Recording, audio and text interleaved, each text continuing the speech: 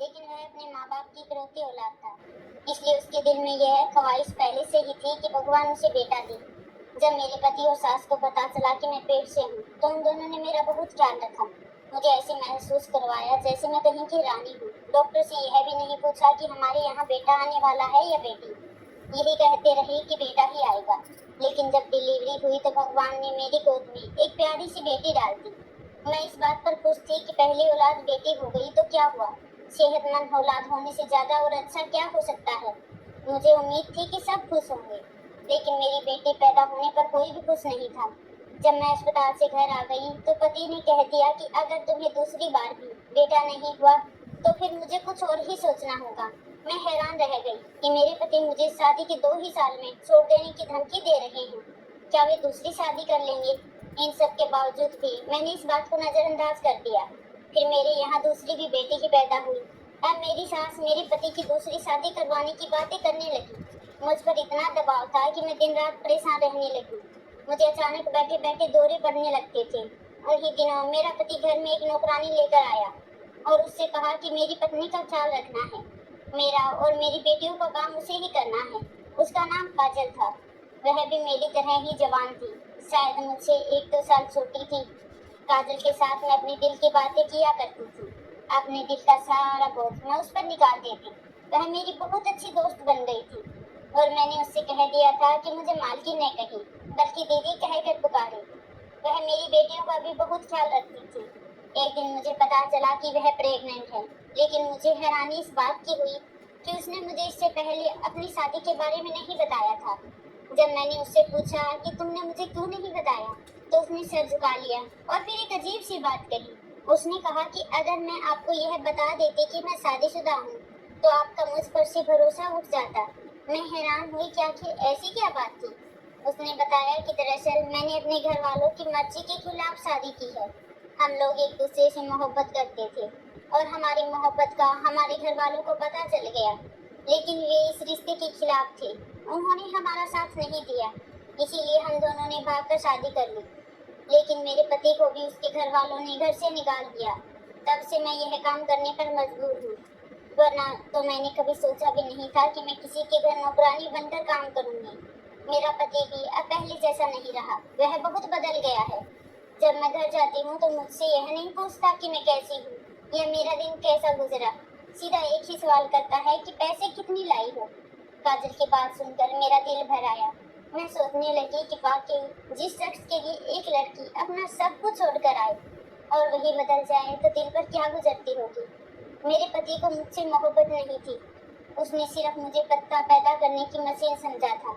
अगर मेरे यहाँ बेटियां पैदा हो रही थी तो इसमें मेरा क्या कसूर था। मैं और काजल एक दूसरे से अपने दिल की बातें करती रहती थी। उन्हीं दिनों मैंने अपनी सास को किसी से बात करते हुए सुना। उन्होंने कहा कि आप फिक्र ना करें, हम रिश्ता लेकर आएंगे, आपकी बेटी को जल्दी विदा करवा देंगे। मेरे दिल पर क्या गुजर रही थी सिर्फ मैं ही जानती थी। सोचने लगी कि क्या करूं, किससे मदद मांगूं। अपने पति से इस मामले पर 1000 बार झगड़ चुकी थी, लेकिन नतीजा कुछ नहीं निकलता था। हम एक दूसरे से नाराज होते और फिर कुछ दिनों बाद खुद ही ठीक हो जाते। इस तरह हमारे रिश्ते में जो थोड़ा बहुत प्यार और मोहब्बत थी वह भी जा रही थी। मेरी सास ने मुझे 2 मौके दिए थे, लेकिन दोनों बार ही मुझे भगवान ने बेटी दी। एक दिन मैं बहुत परेशान थी। सुबह से मेरे घर में लड़के वालों के घर जाने की तैयारियां हो रही थी। मैं जानती थी कि दोनों माँ बेटा कहाँ जा रहे हैं। आज काजल भी नहीं आई थी। उसके बिना तो मेरा दिल और भी बोझिल हुआ जा रहा था।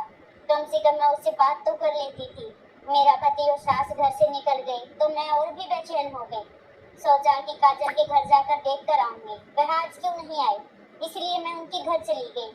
देखा कि उसकी तबीयत खराब थी और वह एक बेटे को जन्म दे चुकी थी, लेकिन उसकी हालत बहुत बुरी थी। उसके पास उसके एक रिश्तेदार और दाई के अलावा और कोई नहीं था। उसका पति न जाने कहाँ था, 2 दिन पहले ही घर से निकला था और नशे में धुत जाने अब कहाँ है। मुझसे जो हो सकता था मैंने किया। मैंने काजल के लिए अच्छी सी डॉक्टर को बुलाया, उसका इलाज करवाया। मैंने उसके बेटे को अपनी गोद में उठा रखा था। बहुत ही प्यारा बच्चा था, मेरी गोद में सुकून से सो रहा था। साथ ही मेरा दिल भी भर गया और मैंने काजल के आगे हाथ जोड़ दिए। मैं उसके कदमों में बैठ गई। वह हैरान रह गई। मुझसे कहने लगी, यह आप क्या कर रही हैं?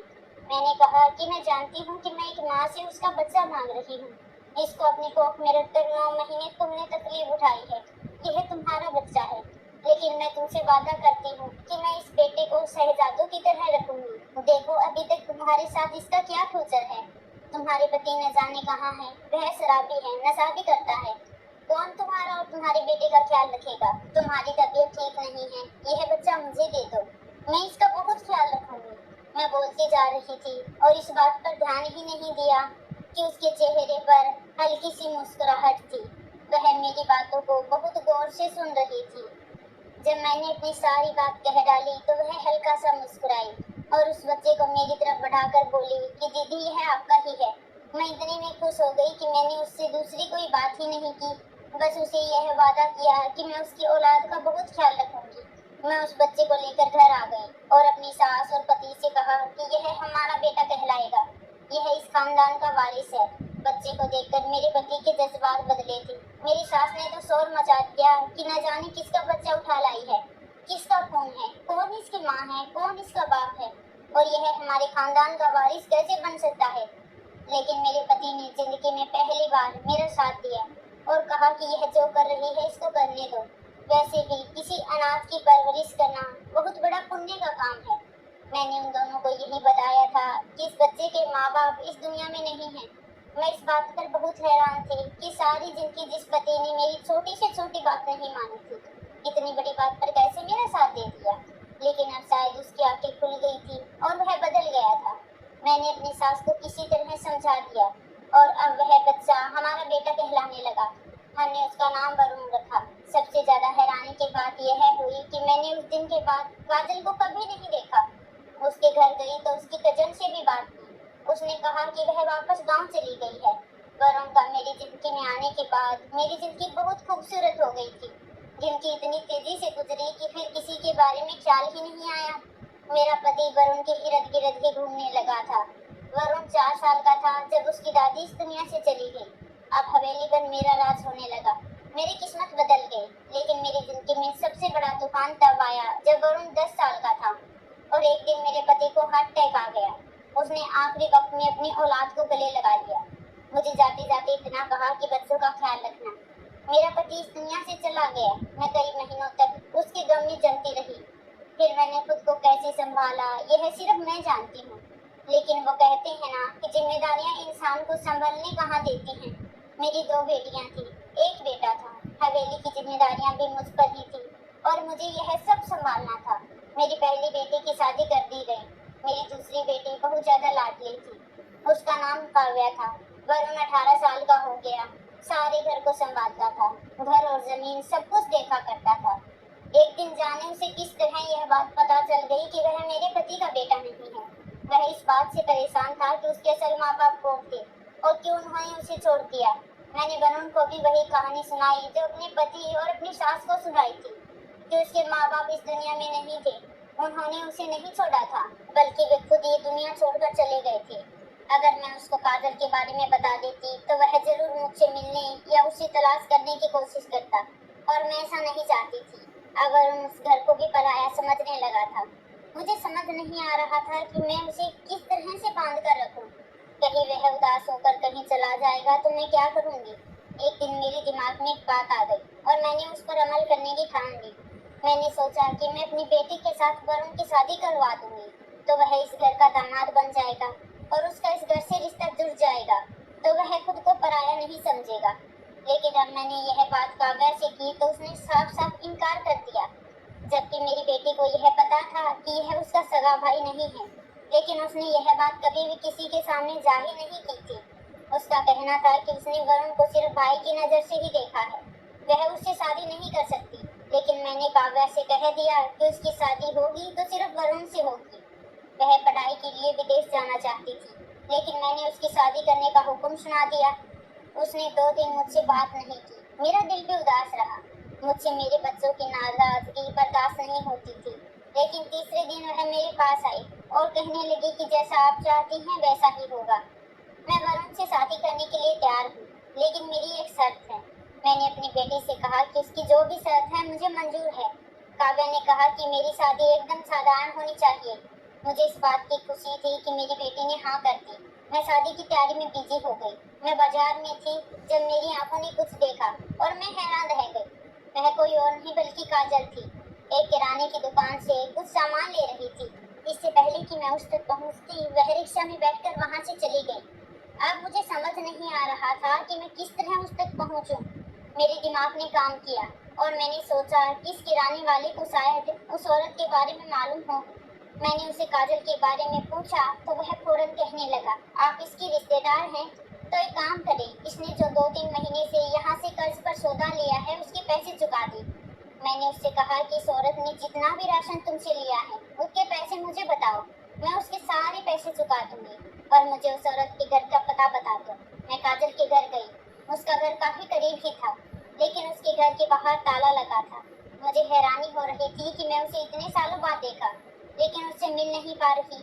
मैंने उसकी पड़ोसी से उसके बारे में पूछा तो वह कहने लगी, हाँ वह यहाँ पर अकेली रहती है। मैंने पूछा कि उसका पति कहाँ है, तो कहने लगी कि उसका पति कब का मर गया। मुझे काजल के लिए बहुत अफसोस हुआ। आखिर उसने मेरे लिए इतनी बड़ी कुर्बानी दी थी। मैंने सोच लिया कि जिस दिन उसके बेटे की शादी होगी, मैं उसी दिन काजल को सरप्राइज दूंगी कि आज उसके बेटे की शादी है। और यह जानकर वह कितनी खुश होगी कि उसकी बहू कोई और नहीं बल्कि मेरी बेटी है। शादी एकदम बहुत ही सादगी से हुई। सभी मेहमान चले गए। मैंने ड्राइवर को काजल को लेने भेज दिया, लेकिन वह लेट हो गया। काजल वहां आ गई। इतने सालों बाद उसे देखकर मुझे बहुत खुशी हुई। मैंने उसे कभी भी अपनी नौकरानी नहीं समझा था। वह तो मेरे लिए मेरी बहन जैसी थी। मैंने उसे बताया कि आज वरुण की शादी हुई है, तो उसकी आंखों में खुशी के आंसू भर आए। कहने लगी कि बस क्या बताऊं, किस्मत ने मेरे साथ कैसा जुल्म किया। लेकिन मुझे इस बात की खुशी है कि वरुण आपके साए में सुरक्षित और खुश रहा। जब मैंने काजल से यह कहा कि यह नहीं जानना चाहोगी कि तुम्हारी बहू कौन है, तो वह बोली, क्यों नहीं, आप मुझे बताएं। मैंने कहा कि तुम्हारी बहू कोई और नहीं बल्कि मेरी बेटी काव्या है। काजल के हाथ से चाय का कप वहीं गिर गया। वह हैरान रह गई। कहने लगी कि आप कह दें कि यह झूठ है, आप मजाक कर रही हैं। उसने अपना सर पकड़ लिया और पूरी तरह रोने लगी। उसे ऐसे देखकर मैं हैरान हो गई। मैं उससे पूछने लगी कि भगवान के वास्ते बताओ, तुम क्यों रो रही हो। कहने लगी, दीदी आपने तो बहुत बड़ा पाप कर दिया। मैंने कहा, क्या मतलब। तो कहने लगी, पाप सिर्फ आज आपसे नहीं मुझसे हुआ था, लेकिन मुझे नहीं पता था कि मुझे इस गुनाह की सजा आज मिलेगी, वह भी इतनी बड़ी सजा। मैं आपके घर कभी भी नौकरानी बनकर नहीं आई थी, बल्कि मेरा आपके पति के साथ अफेयर था। इसी वजह से मेरा अपना पति भी मुझसे नाराज रहता था और मुझे अपने घर से निकाल दिया था। मालिक मुझे हवेली ले आए, लेकिन उन्होंने कहा कि तुम्हें यहाँ नौकरानी बनकर रहना होगा। जब मैंने आपके साथ उनका रवैया देखा तो मुझे अपने किए पर बहुत शर्मिंदगी हुई, और उसकी भरपाई करने के लिए जब आपने मुझसे मेरा बेटा मांगा तो मैंने फौरन आपके हवाले कर दिया। मैंने आपसे आपका पति छीना था। बदले में आपको अपनी औलाद देकर मैं अपनी गलती का पश्चाताप करना चाहती थी। वरुण मालिक का और मेरा बेटा है। इसका मतलब है काव्या का भाई है। मैडम जी, यह आपने क्या कर दिया। भाई और बहन की शादी करवा दी। काजल की बात सुनकर मुझे अपनी रगों में खून जमता हुआ महसूस हुआ। मेरा दिल एक झटके से बैठ गया। मैंने यह क्या कर डाला। तभी अचानक काव्या और वरुण आपस में झगड़ने लगे। घर के बाकी सारे मेहमान जा चुके थे। वैसे भी हमने ज्यादा लोगों को नहीं बुलवाया था। काव्या वरुण से झगड़ा कर रही थी। जब उसने यह कहा कि यह शादी झूठ है, तो ऐसे मालूम हुआ कि जैसे जख्म पर किसी ने मरहम लगा दी हो। लेकिन इस बात की हकीकत बाकी थी। वरुण ने सारी बात बताई कि काजल विदेश जाकर पढ़ना चाहती थी। वह कभी भी शादी नहीं करना चाहती थी, लेकिन जब आपने उस पर दबाव डाला तो उसने मुझसे कहा कि मैं उससे नकली शादी कर लूं, तो आप उस पर दबाव नहीं डालेंगी, वह विदेश चली जाएगी। यह सब झूठ था और सारा ड्रामा उसने हैंडल किया था। मैं आगे बढ़ी और जाकर वरुण को गले लगा लिया। मैंने वरुण का माथा चूमा और उससे कहा कि बेटा, तुमने मुझे एक बहुत बड़े गुनाह से बचा लिया। मैंने काव्या को भी प्यार किया और उनको सारी बात बताई। भगवान का शुक्रिया अदा किया कि जाने किसकी नेकी थी कि आज यह सब कुछ होते होते रुक गया। वरुण काजल से भी मिलकर खुश था। उसे इस बात की खुशी थी कि उसकी उस माँ उसे मिल गई और हम सभी एक ही घर में खुशी खुशी रहने लगे थे।